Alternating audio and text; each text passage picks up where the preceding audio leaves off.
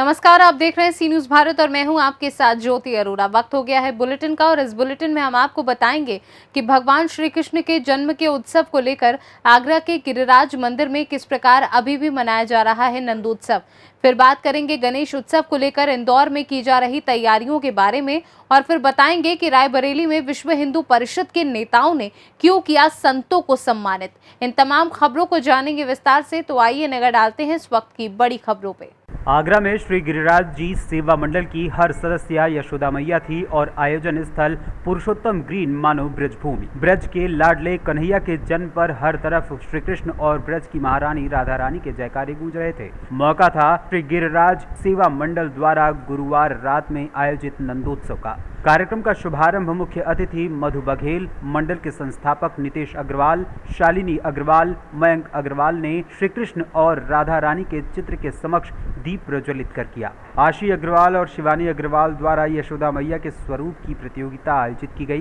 प्रतियोगिता में यशोदा मैया के रूप में ममता के विभिन्न रूप देखने को मिले। श्री कृष्ण के जन्मोत्सव के अवसर पर आयोजित इस नंदोत्सव में ढेरों खेल खिलौने और उपहार भी लुटाए गए। मैं आशी नीतेश अग्रवाल, नीतीश अग्रवाल जी की भाई। आज नंदोत्सव का कार्यक्रम है, किस तरह से रहने वाला है, क्या विचार? नंदोत्सव का कार्यक्रम जैसे इन्होंने बताया कि जन्माष्टमी के बाद में हम लोग मनाते हैं। आज उत्सव में हम लोग एक नई थीम ये कर रहे हैं कि यशोदा जी की रूप सज्जा की प्रतियोगिता कर रहे हैं और इसमें हम किस बेस पे चुनेंगे, इस बेस पे चुनेंगे कि ब्रज की नारी और उनकी बोली में भी कुछ ऐसे वाक्य दें जिससे कि ब्रज के जैसे मोरो कान्हा तो खोए गए हो है, कितने ढूंढो जाके, इस तरीके की लैंग्वेज जो यूज़ करेंगे, बोलेंगे, जिससे कि हमें भाव हो उसमें। उसी के हिसाब से उसी के बेस पे हम लोग यशोदा जी को चुनेंगे और सभी के लिए कंसोलेशन प्राइजेस है, फर्स्ट सेकेंड थर्ड तो हैं ही, और सभी के लिए कंसोलेशन प्राइज़ है और उसके बाद में धूम बजती है तो बधाइयाँ। भैया क्या परिचय के साथ नंदोत्सव का कार्यक्रम हो रहा है, क्या जानकारी, किस तरह से कार्यक्रम है? मैं नितेश अग्रवाल, संस्थापक श्री गिरिराज जी सेवा मंडल आगरा। आज यहाँ हम लोग नंदोत्सव का कार्यक्रम मनाने जा रहे हैं और जन्माष्टमी के उपरांत हर वर्ष ये कार्यक्रम मनाते थे, लेकिन 2 साल कोविड के कारण ये कार्यक्रम नहीं हुआ और इस बार सबने कार्यक्रम की थीम यशोदा मैया की सज्जा प्रतियोगिता रखी है और उसमें हमारी मुख्य अतिथि के रूप में हमारी मधु बघेल जी और श्री शालिनी मिश्रा जी जो है श्रीमती शालिनी मिश्रा जी रहेंगी, जो फर्स्ट सेकंड थर्ड विजेताओं का चुनाव करेंगी। आगरा से सी न्यूज संवाददाता अनुज उपाध्याय की रिपोर्ट। सूबे की स्वास्थ्य व्यवस्था इस कदर खराब हो चुकी है कि अस्पतालों में मरीजों को काफी परेशानियों का सामना करना पड़ रहा है और जिम्मेदार मूक दर्शक बने हुए हैं। जहां देवरिया जनपद से डिप्टी सीएम ब्रजेश पाठक का इसी स्वास्थ्य व्यवस्था की जमीनी हकीकत जानने का कार्यक्रम बना था, जो किसी कारण से रद्द हो गया। उसी समय स्वास्थ्य विभाग की सुविधाओं की पोल खोलता एक वीडियो सामने आया, जिसमें एक युवक एक बुजुर्ग महिला को स्ट्रेचर न मिलने के कारण अपने कंधों पर लाद कर इमरजेंसी पर पहुंचा हुआ था। युवक का इस वीडियो में कहना है कि 2 स्ट्रेचर खाली पड़े हुए थे। हमने अपने मरीज को लाने के लिए स्ट्रेचर मांगा, लेकिन किसी ने नहीं दिया। हमारे मरीज की हालत काफ़ी ख़राब है। इस बाबत मेडिकल कॉलेज के प्रवक्ता का कहना था कि युवक से उसकी पहचान संबंधित डॉक्यूमेंट मांगे गए, लेकिन उसने नहीं दिया और खुद ही वीडियो बनाना शुरू कर दिया। इस मामले को लेकर इमरजेंसी प्रभारी से स्पष्टीकरण मांगा गया है। अब सवाल उठता है कि जिस जिले की स्वास्थ्य व्यवस्था बेहतर करने के लिए नए मेडिकल कॉलेजों का निर्माण किया जा रहा है, वहीं दूसरी तरफ गंभीर मरीजों को स्ट्रेचर नहीं दिया जा रहा है। ऐसे में सूबे की स्वास्थ्य व्यवस्था क्या है, ये सभी लोग जान ही गए हैं। आपके जिला अस्पताल में एक व्यक्ति अपनी मां को लेकर चल रहा घूम रहा है, लेकिन स्ट्रेचर नहीं मिला है, क्यों, क्या मामला है? उसमें दिखाए गए वीडियो में जो मरीज के द्वारा दिखाया गया है कि वीडियो नहीं मिल रहा, वहाँ पे 2 स्ट्रेचर खाली उनके वीडियो में भी दिख रहे हैं और उनके द्वारा कहा भी जा रहा है कि स्ट्रेचर यहाँ खाली पड़े हैं। उनको जब वो आए, उनका मरीज वार्ड में भर्ती था, उसको डेथ सर्टिफिकेट देके उनको 100 वाहन दिला दिया गया था। उसके बाद इमरजेंसी में रिकन्फर्मेशन के लिए आए, जैसा वहाँ तैनात कर्मचारियों ने बताया। उनसे डॉक्यूमेंट मांगने पर कि कोई भी अपना एक डॉक्यूमेंट वहाँ पर उपलब्ध करा दें जिसके आधार पर वो दिया जा सके, जिसके बाद वो वहाँ मौजूद कर्मचारियों की बात ना सुनकर वीडियो बनाने लगे और उसको वायरल किया। सर, सवाल ये है कि क्या अगर आपने डेट घोषित कर दिया तो आपके यहाँ जो कर्मचारी लगे हैं उनको 100 जो वाहन है वहाँ तक तो पहुँचाने की नहीं, गाड़ी 100 वाहन को गेट पे उपलब्ध करा दिया गया ना मेरे वार्ड में। नहीं तो वार्ड से तो वहाँ तक ले जाना चाहिए 100 वाहन से। नहीं, वार्ड से बाहर 100 वाहन तक पहुंचाया गया था। तो कहाँ वो तो लड़का लिख जा रहा वो है। इमरजेंसी में ले जाकर रखा है वहाँ पे। तो इसकी किसकी कमी मान है, गलती किसकी है? कहीं न कहीं आपके कमी वहाँ प्रभारी इमरजेंसी प्रभारी रोहित सिंह का स्पष्टीकरण दिया गया है, उनके द्वारा लिखकर यही बताया गया है। देवरिया से न्यूज संवाददाता ज्ञानेंद्र की रिपोर्ट। इंदौर नगर निगम द्वारा गणेश उत्सव एवं गणेश विसर्जन की व्यवस्था को लेकर नगर निगम में बैठक का आयोजन किया गया, जिसमें MIC सदस्य नंदकिशोर पहाड़िया, सामान्य प्रशासन विभाग के साथ ट्रेड यूनियन एवं अधिकारियों ने बैठक में भाग लिया। गणेश उत्सव की रूपरेखा पर चर्चा के अलावा नगर निगम द्वारा निकाली जाने वाली झांकियों पर भी चर्चा की गई। साथ ही विसर्जन को लेकर भी किस तरह की व्यवस्था होगी, इस पर भी चर्चा रही। साथ ही बैठक का मुख्य मुद्दा ये रहा कि विसर्जन को लेकर पिछले साल कुछ कर्मचारियों को सस्पेंड किया गया था, उनकी बहाली का मुद्दा इस बार मुख्य रूप से रहा। इसके अलावा यूनियनों द्वारा अपनी ओर से सहयोग राशि भी दी गई। निर्णय हुए कि इस प्रकार के विचार रखे गए और आपका क्या निर्णय है? नहीं, प्रतिवर्ष अनुसार मीटिंग हुई, ट्रेड यूनियनों को, पदाधिकारी को बुलाया जाता है और उनसे सुझाव लिए जाते हैं कि 3 दिवसीय कार्यक्रम कैसे होगा, झांकी का मेनू क्या होगा, झांकी कैसे निकलेगी, कौन बनाएगा, कितने की बनेगी, कर्मचारी से क्या सहयोग लेना है, ट्रेड यूनियन से क्या सहयोग लेना है। उसमें एक मेन मुद्दा आया था कि गणपति जो विसर्जन है, जो 10 दिन बाद विसर्जन होगा, 12 दिन बाद जो आज से, उसमें पिछली बार हमारे कर्मचारी ने बहुत मेहनत करते हैं, सुबह से आते हैं और कोई कम्युनिकेशन गैप हो जाता है या कुछ बात हो जाती है, उस पे से मीडिया के माध्यम से कर्मचारी का वीडियो वायरल होता है और कर्मचारी सस्पेंड होते हैं, 1-1 साल सस्पेंड है। तो भाई मेरा निवेदन ये है कि आपने गणपति जी घर में बिठाए हैं, रिद्धि सिद्धि आपने मांगी, धन दौलत गणपति से 10 दिन आपने मांगी और सज़ा पा रहा है हमारा कर्मचारी। और सबसे बड़ा मुद्दा तो ये है कि प्लास्टर ऑफ पेरिस से अधिक बनते हैं। क्यों गवर्नमेंट, जब सरकार और इंदौर शहर, इंदौर का प्रशासन प्लास्टिक के बैंड लगा रहा है, तो इस मूर्तियाँ जो प्लास्टर ऑफ पेरिस की बनती है उस पर भी बैंड लगा, मट्टी की बनवाए। और मट्टी की अगर मूर्तियाँ बिकेगी, बनेगी, तो लोग मट्टी की खरीदेंगे और गमले में विसर्जित कर देंगे।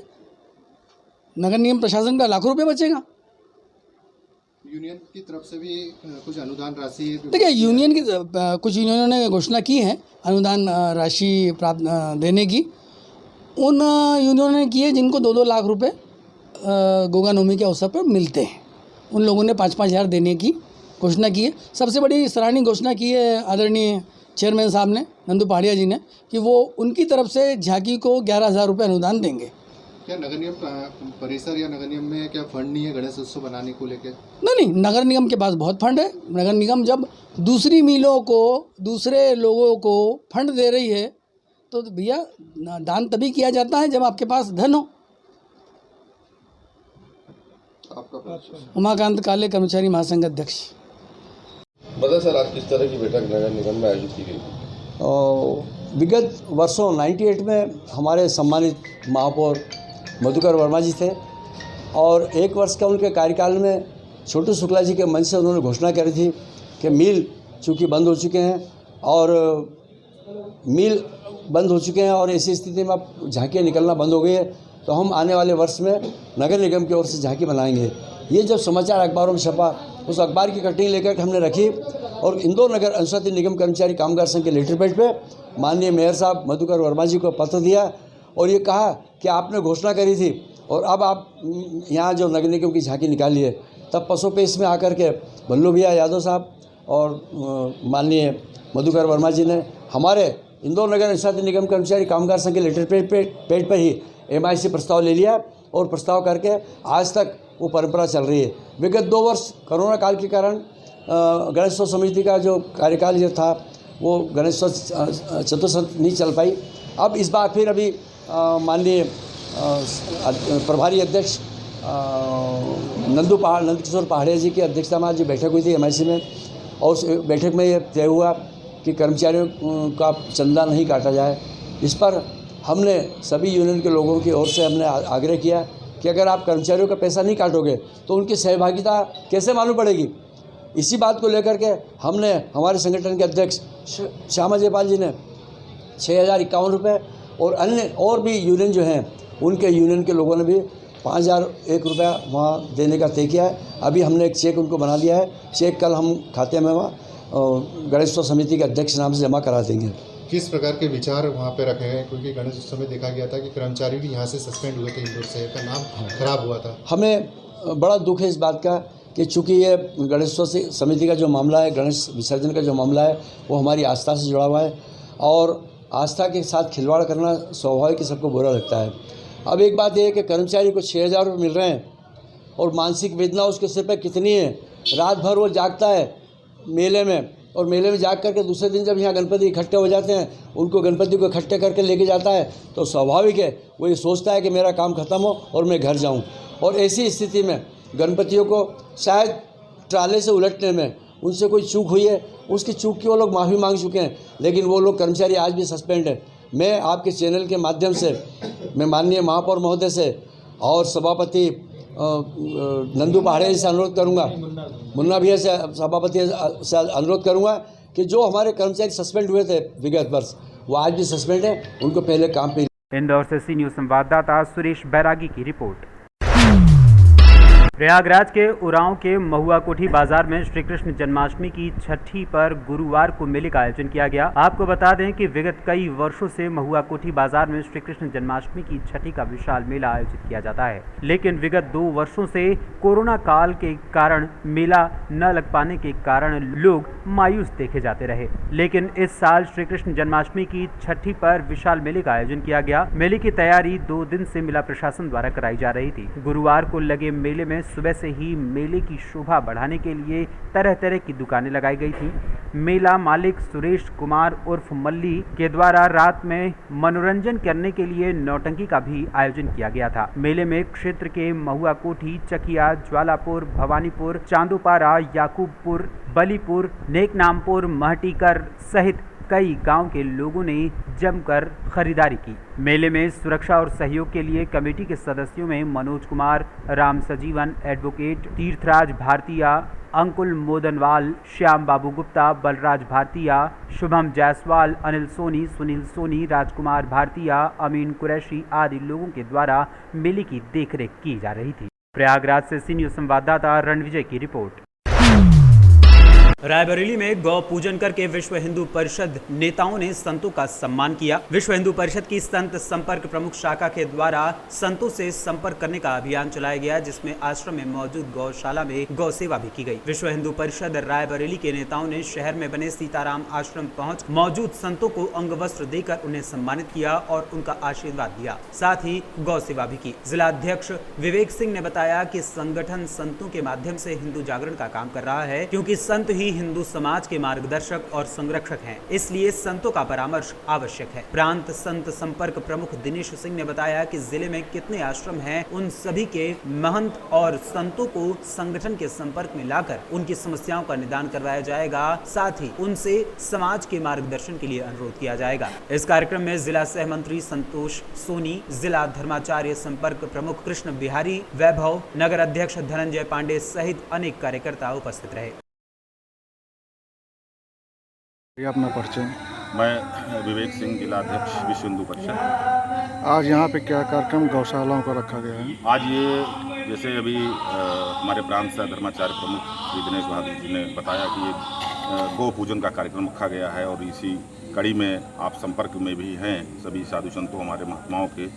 तो हम सभी लोग यहाँ पे आकर के हमने यहाँ पे गौ माताओं का पूजन किया और उनकी व्यवस्था भी देखी और हम निरंतर इस प्रयास में रहेंगे। हमारे बीच में महाराज जी भी खड़े हैं, जो भी इनकी समस्याएं हैं गौ माताओं को लेकर के हम लोग शासन प्रशासन से बातचीत करके स्वयं अपने कार्यकर्ताओं को सहयोग करके और यहाँ भी नहीं और जहाँ भी हमारी गौशालाएं हैं जो भी संचालित कर रहे हैं, प्रयास है हमारी पूरे विश्व हिंदू परिषद की कार्यकारिणी का प्रयास है, पूरे संगठन का प्रयास है कि वहाँ की जो भी समस्याएँ हैं उनको दूर करें। क्या संदेश देना चाहेंगे लोगों को? लोगों को संदेश यही देना चाह रहे हैं कि अपने नज़दीक जहाँ भी गौशालाएं हैं हम लोग थोड़ा थोड़ा सहयोग करके उनके चारे की व्यवस्था है, भूसे की व्यवस्था है या कुछ हरे चारे की व्यवस्था है, आम जनमानस से सहयोग लेकर के भी, क्योंकि गवर्नमेंट जो अनुदान दे रही है उनको गौशालाओं में, तो वो जा रहा है। लेकिन इसके बाद भी कई हमारे बीच में ऐसे हमारे मनीषी और सज्जन लोग हैं जो 2-2, 4-4, 6-6, 8-8 गायें पाल करके बराबर उनकी सेवा कर रहे हैं। लेकिन अभाव में हम पूरे जनमानस को आना पड़ेगा कहीं आगे, इस तरह हम उनको संरक्षित और सुरक्षित कर पाएंगे। रायबरेली से सी न्यूज़ संवाददाता इंद्रेश की रिपोर्ट। अयोध्या में भव्य संध्या महाआरती मां सरयू नदी के तट पर पिछले 10 वर्षों से लगातार महाआरती होती आ रही है। इसी क्रम में गुरुवार की शाम मां सरयू के पावन तट पर भव्य महाआरती महान विद्वानों के द्वारा प्रस्तुत की गई, जिसमें बिहार, उत्तर प्रदेश, राजस्थान आदि कई प्रदेशों के भक्तगण निरंतर शामिल होते हैं।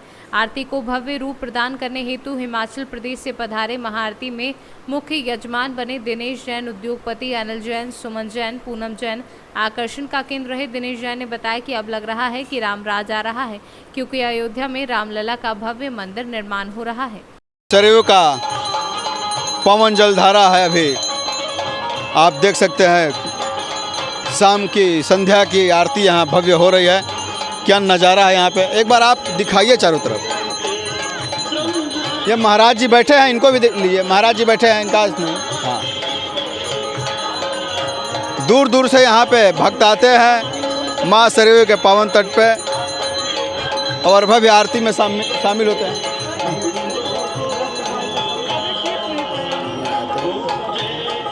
एक बार उधर दिखाइए आप भक्तों को।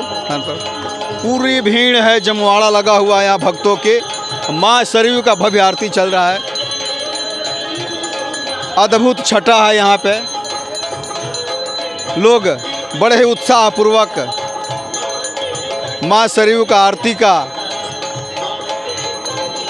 फल अपने अंदर ले रहे हैं। माँ सरयू की आरती में उत्साहपूर्वक लोग शामिल हैं। लोगों का ये महाराज जी है।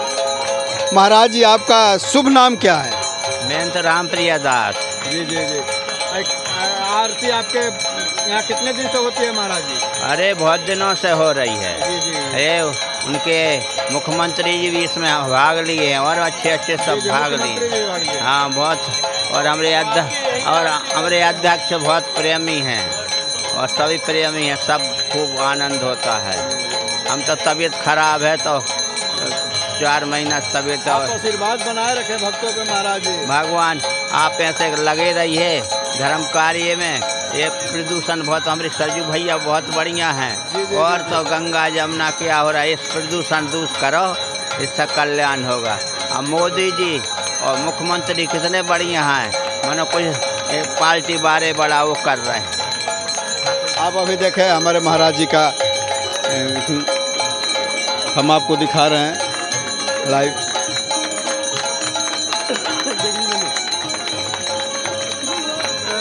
वही ठीक है,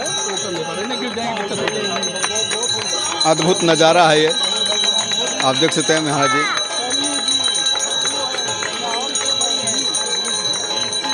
बहुत ही भव्य आरती होती है यहाँ पे। काशी के तर्ज पे यहाँ पे प्रतिदिन आरती होती है। काशी में जैसे गंगा आरती होती है, यहाँ पर भी माँ सरयू का आरती निरंतर 2013 से चलते आ रहा है। यहाँ के स्थानीय आरती प्रमुख महाराज जी के अनुसार। अयोध्या से सी न्यूज़ संवाददाता अर्जुन कुमार की रिपोर्ट।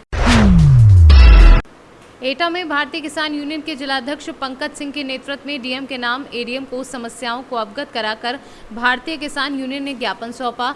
एटा वीरांगना अवंतीबाई लोधी स्वशासी राज्य चिकित्सा महाविद्यालय एटा में बदहाली चरम सीमा पर है।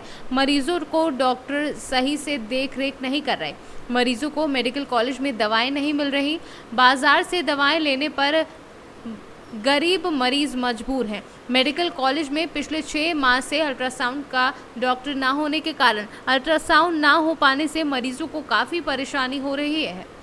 एटा से सी न्यूज़ संवाददाता लखन यादव की रिपोर्ट। सिलवानी में लवकुश जयंती के अवसर पर गुरुवार को कुशवाहा समाज के द्वारा कुशवाहा धर्मशाला से विशाल शोभा यात्रा निकाली गई। शोभा यात्रा में बड़ी संख्या में समाज जन व गणमान्य नागरिक शामिल हुए। अनेकों स्थानों पर शोभा यात्रा का नागरिकों के द्वारा स्वागत किया गया। दोपहर के समय कुशवाहा धर्मशाला से कुशवाहा समाज के संभागीय अध्यक्ष बाबू बजरंग कुशवाहा, कुशवाहा महिला मोर्चा की जिलाध्यक्ष जयंती कुशवाहा, पार्षद प्रदीप कुशवाहा व अन्य लोग इस दौरान मौजूद रहे। रायसेन से सी न्यूज संवाददाता राजेश साहू की रिपोर्ट।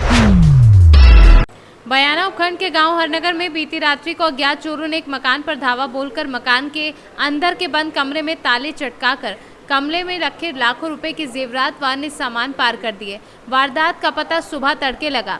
नरेंद्र सिंह धाकड़ ने बताया कि बीती रात्रि को मकान की बाउंड्री फांद कर मकान में घुसे और अज्ञात चोरों ने मकान के उन कमरों के बाहर से कुंडी लगा दी जिसमें परिवार के अन्य लोग सोए थे, तो ताले लगे और एक कमरे को ताले चटकाकर चोर इस कमरे में गोदरेज की अलमारी में रखे करीब 5 तोला सोना व आधा किलो चांदी के जेवरातों सहित घर में रखे करीब 25 किलो देसी घी, कपड़े व अन्य घरेलू सामान और एक मोटरसाइकिल की चोरी कर ले गए। सूचना पाकर पुलिस भी मौके पर पहुंची। आज रात्रि 1:30 बजे अज्ञात चोर हमारे यहाँ से 5 तोला सोना और आधा किलो चांदी की चोरी कर ले गए और एक मोटरसाइकिल। हम बगल वाले कमरे में सोए हुए थे और बगल वाले में ताला भी लगा हुआ था, उसको काट कर चोर चोरी कर ले गए। राजस्थान से सी न्यूज संवाददाता लोकेंद्र शर्मा की रिपोर्ट। बयाना में आज कड़ी पुलिस सुरक्षा में छात्र संघ के चुनाव का मतदान शुरू हुआ। शुरुआत में मतदान धीमी गति का रहा और शुरुआत के 2 घंटों में 1201 मतों में से करीब 130 छात्र मतदाताओं ने वोटिंग की बताई और मुख्य निर्वाचन अधिकारी हनुमान प्रसाद मीना ने बताया कि छात्र संघ अध्यक्ष पद के चुनाव के लिए NSUI व ABVP सहित 5 प्रत्याशी मैदान में हैं। इसके अलावा उपाध्यक्ष पद के 2 प्रत्याशी मैदान में हैं। महासचिव का चुनाव निर्विरोध हो गया है। हमारे राजकीय PG महाविद्यालय बयाना में शांतिपूर्ण, निष्पक्ष एवं पारदर्शी तरीके से चुनाव प्रक्रिया शुरू हो चुकी है और रात 7 बजे से ही पुलिस व्यवस्था पूरी तरह से चाक चौबंद है, वो दुरुस्त है और विद्यार्थी पूरी अपनी ID लेकर, महाविद्यालय परिचय पत्र लेकर शांति से आ रहे हैं और अपना अपना मत देकर जा रहे हैं। यहाँ किसी तरह की कोई अनियमितता नहीं हो रही है और जो विद्यार्थी आज भी आ रहे हैं उनको भी हम महाविद्यालय परिचय पत्र दे रहे हैं। ऐसा 1 तारीख का आदेश आया था और हमारी मतदान प्रक्रिया वो शांतिपूर्ण तरीके से चल रही है। राजस्थान से सी न्यूज संवाददाता लोकेंद्र शर्मा की रिपोर्ट। फिलहाल इस बुलेटिन में बस इतना ही। देश और दुनिया की बाकी खबरों के लिए आप देखते रहिए सी न्यूज भारत।